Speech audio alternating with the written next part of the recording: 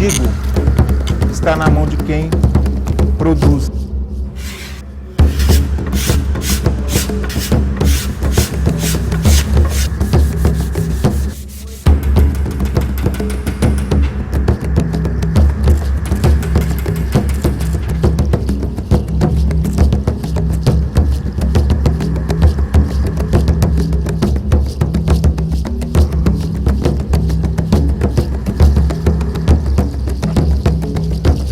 Restaurador, basicamente, única e exclusivamente, são as mãos.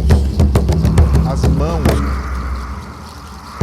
têm que saber interferir de uma forma pacífica para que aquilo seja resgatado.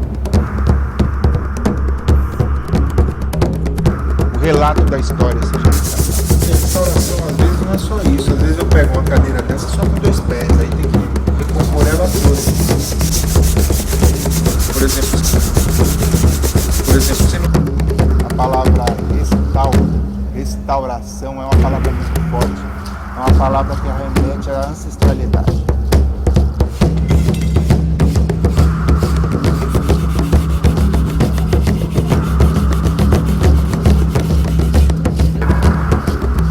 Quem gosta de um mobiliário bem tratado, respeita essa coisa de ancestralidade.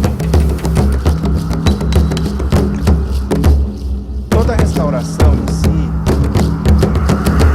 tem que se lembrar do aspecto do antepassado, o nosso antepassado, tá? O aspecto físico e material que o nosso antepassado nos deixa.